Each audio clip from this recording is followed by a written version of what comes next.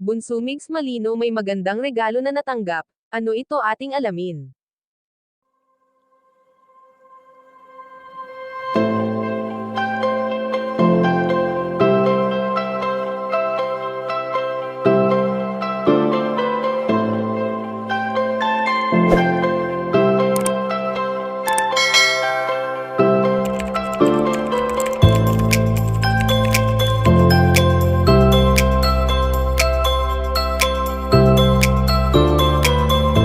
Kilala naman natin si Bunso Migs Malino bilang isang mapagbigay na tao hindi lamang sa kanyang mga mahal sa buhay maging sa ibang tao rin.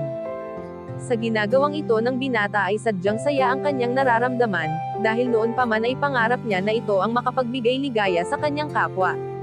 Sa bawat ngiti ng kanyang mga natutulungan ay tila ba napaka makapangyarihan nito, dahil sa kung anong pagod pa man ang kanyang nararanasan ay bigla na lamang itong nawawala sa tuwing nakikita niyang masaya ang mga ito.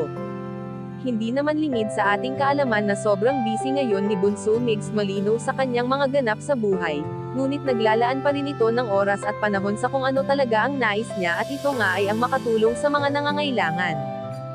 Sa ngayon ngang hindi na muling babalik pa sa buhay ng binata ang kanyang prinsesa na si Cutie Mahal, ay amin namang napag-alaman na may magandang regalo na natanggap ang binata.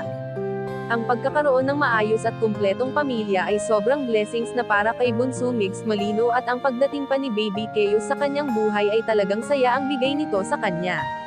Kaya naman masasabing magandang regalo na ito para sa binata, na kahit ano pa man ang hindi magandang nangyari sa kanya noon ay deserve niya naman kung ano ang mayroon siya sa ngayon.